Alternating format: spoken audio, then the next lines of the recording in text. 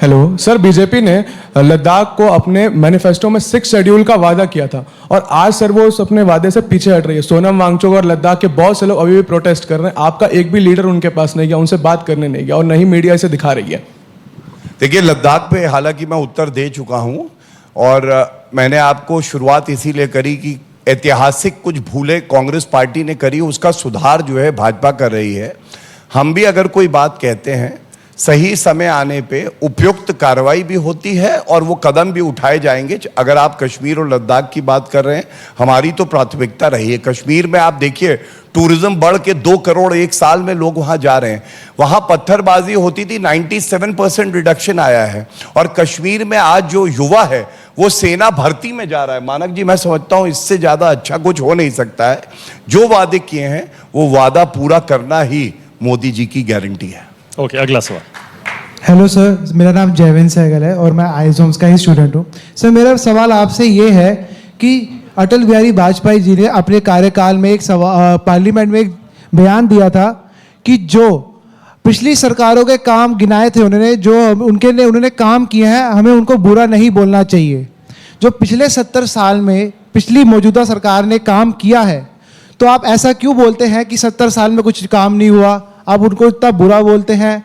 और वाजपेयी जी ने कहा था कि जो पिछली सरकार है, हमें उनके काम को कभी भुलाना नहीं चाहिए कि उन्होंने देश हित में काम किया है।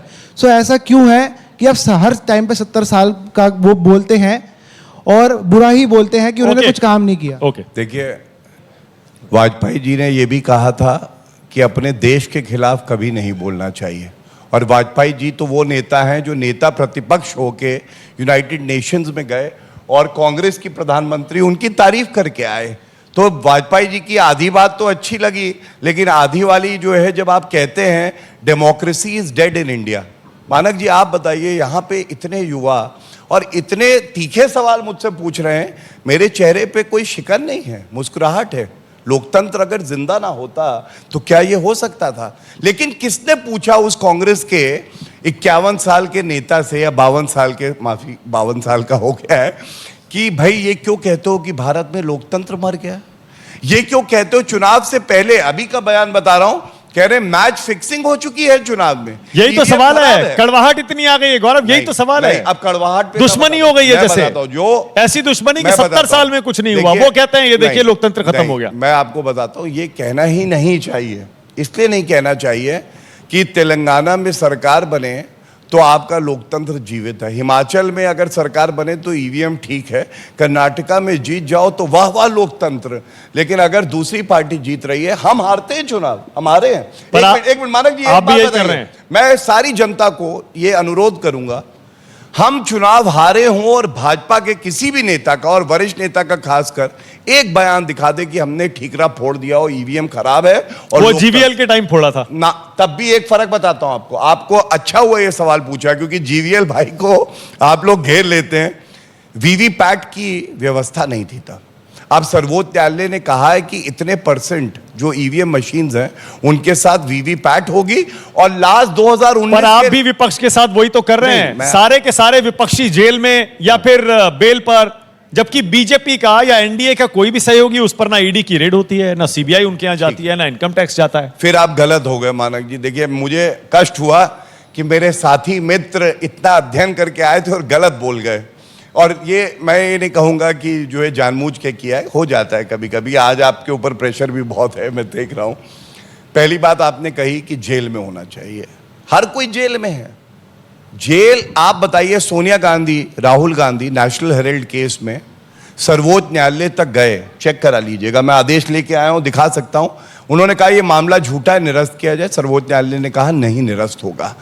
5000 करोड़ से ज्यादा की संपत्ति अपने लिए बनाते हैं, जनता के लिए नहीं। दूसरी बात, पार्था चैटर्जी टीएमसी से 20 महीने से जेल में सड़ रहे हैं, उनकी बेल नहीं हुई है।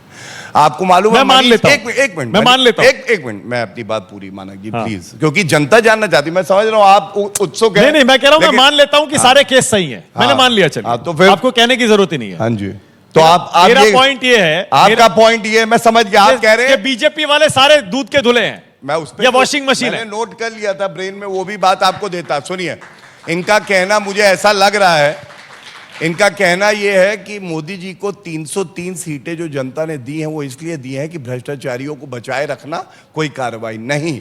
उनको 303 सीटें इसलिए दी हैं कि एक एक पाई वसूल लेना और वसूलने के बाद जेल की सलाखों में डालना, और न्यायपालिका अपना काम करेगी और जेल की सलाखों के पीछे सड़ेंगे। बीजेपी के आपने कहा, पहली बात तो ये हमारी कमी नहीं हो सकती कि हमारे नेता जो हैं वो भ्रष्टाचारी नहीं है, 100% साफ है। अब मैं दूसरी बात भी पूरी कर लूं। एक नहीं, आदमी ऐसा नहीं मैं है नाम बीजेपी बता में। रहा हूं ना, इसीलिए तो बता रहा हूं। अब आपको मैं एक बड़ी विचित्र बात बताऊंगा। मुकुल रॉय टीएमसी के नेता थे, उन पे सीबीआई की जांच चल रही थी, वो भाजपा में आते हैं। आपको मालूम है 2019 की बात है, उन पे चार्जशीट फाइल होती है। शुभेंदु अधिकारी जी भाजपा में आज भी हैं और भाजपा में रहते उन पे चार्जशीट फाइल हुई और मुकुल रॉय की इंटेरोगेशन हुई। लेकिन गजब की बात, वॉशिंग मशीन देखिए, वही मुकुल रॉय हमें छोड़ के टीएमसी में वापस चले जाते हैं।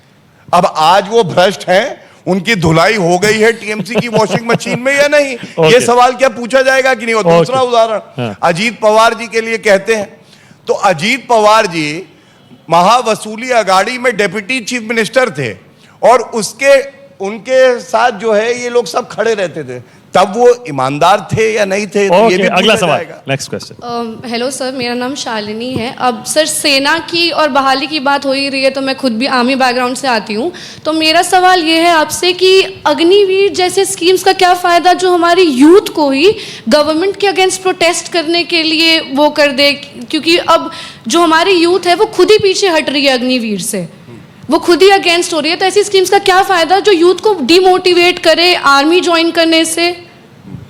Thank you for asking that question, and before I answer, two facts are very important. मैं देख रहा हूं कि जब मौका लगे तो कुछ तथ्य भी रख दूं साथ में, आपके प्रश्न का उत्तर जरूर दूंगा। पहली बात, वन रैंक वन पेंशन, एक कॉन्सेप्ट, एक योजना कांग्रेस ने बात करी अपने आखिरी बजट में जनवरी 2014 में, केवल 500 करोड़ का बजट छोड़ के चले गए थे, लागू नहीं करी। वन रैंक वन पेंशन लागू करी, उस व्यक्ति का नाम नरेंद्र मोदी जी है। दूसरी बात, हमारे जवान उनके समय में बुलेट प्रूफ जैकेट मांगते थे, मानक जी, और आपको मालूम है वीवीआईपी चॉपर खरीदने के लिए इनके पास रुपया था, बुलेट प्रूफ जैकेट के लिए नहीं था। 1,86,000 जैकेट्स मांगी थी जवानों ने, 2,30,000 जैकेट्स बुलेट प्रूफ उनको दी गई। मैंने ये इसलिए उदाहरण दिया, हमारी प्राथमिकता, आप सोल्जर की बेटी हैं, आप पे मुझे गर्व है। आपके फादर को तो मैं खड़ा होकर सल्यूट कर देता है, इतना उनसे मोहब्बत हम लोग करते हैं। आपने कहा अग्निवीर योजना में कमी है। देखिए, आपको एक चीज समझनी होगी, हमारी आर्मी सबसे डिसिप्लिन्ड आर्मी है, एंड हमें चाहिए कि हमारे पास एक यंग फोर्स हो, और जब यंग फोर्स होती है उसके बाद वो सर्व करता है तो उसकी भी अपनी कुछ उम्मीदें होती हैं सरकार से, जो पेंशन के तौर पे आती हैं और सुविधाओं के तौर पे आती हैं।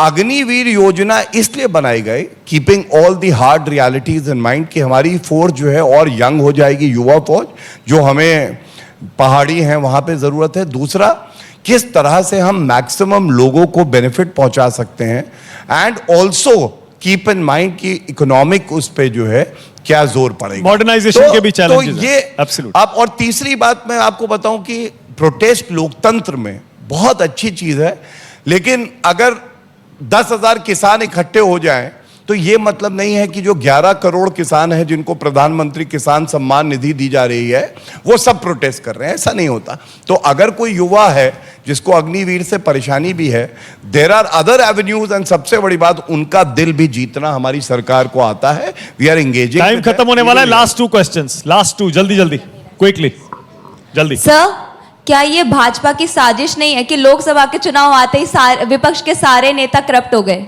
बेईमान हो गए? ओके, जल्दी लास्ट एक और माइक दे दो उधर। Hello, hi sir, my name is Toshu Diwakar. Sir, मैं ज़्यादातर डिबेट्स देखती हूँ, तो एक तरफ कांग्रेस होती है, एक तरफ बीजेपी। ऐसा लगता है कि अगर दोनों को छोड़ दिया जाए तो वर्ल्ड वॉर 4 हो जाएगा। तो जब दो पॉलिटिकल पार्टीज़ में इतना ज़्यादा मतभेद है, दोनों एक दूसरे को नीचा दिखाने में लगे रहते हैं, तो डोंट यू थिंक कि अगर इतना समय हम जनता पे दे तो बेरोजगारी जैसी समस्या ओके, हमें ना नेक्स्ट, जल्दी, देखने को क्विकली, मिले? जल्दी, क्विकली, नेक्स्ट। सर मेरा नाम मान्या है। बीजेपी का सबसे बड़ा मुद्दा होता है, विपक्ष को घेरते हैं परिवारवाद पे, लेकिन देखा जाए तो परिवारवाद तो बीजेपी में है। अनुराग सर अभी आए थे, बांसुरी स्वराज को टिकट दी, तमाम नेता बीजेपी में है जो परिवार से ही ओके, परिवारवाद पर आखिरी जवाब, टाइम खत्म हो रहा है मेरे पास। देखिए, परिवारवाद पे मैं thank you for asking that question because बहुत ज़रूरी है। हमें एक बात समझनी होगी और गर्व से मैं कहता हूँ, and you can do a fact check on me, हमने देश को, भारतीय जनता पार्टी ने 2 प्रधानमंत्री दिए, अटल बिहारी वाजपेयी जी और नरेंद्र मोदी जी। एक परिवार से नहीं आते हैं। हमारे अध्यक्ष जब से पार्टी बनी है आज तक एक परिवार से 2 सदस्य नहीं बने। एंड कॉन्ट्रास्ट दिस, आपको मालूम है पिछले करीब 30 सालों से अध्यक्ष कांग्रेस पार्टी का जो है वो एक ही परिवार से था, खड़गे जी के आने से पहले, और 55 में से करीब 38 साल गांधी परिवार का ही प्रधानमंत्री रहा। मैं ये पूछना चाहता हूं कि क्या योग्यता है ऐसी राहुल गांधी में, प्रियंका वाड्रा गांधी में, सीधा जनरल सेक्रेटरी बनाते हैं, सांसद बनाते हैं। यहाँ जो युवा बैठे मैं समझता हूं बड़े योग्य हैं। और एक उदाहरण और देके अपनी बात को अंत करूंगा, सारे लोग अग्री करेंगे इस रूम में, सारे, चाहे जिसके लिए भी वोट डालते हो,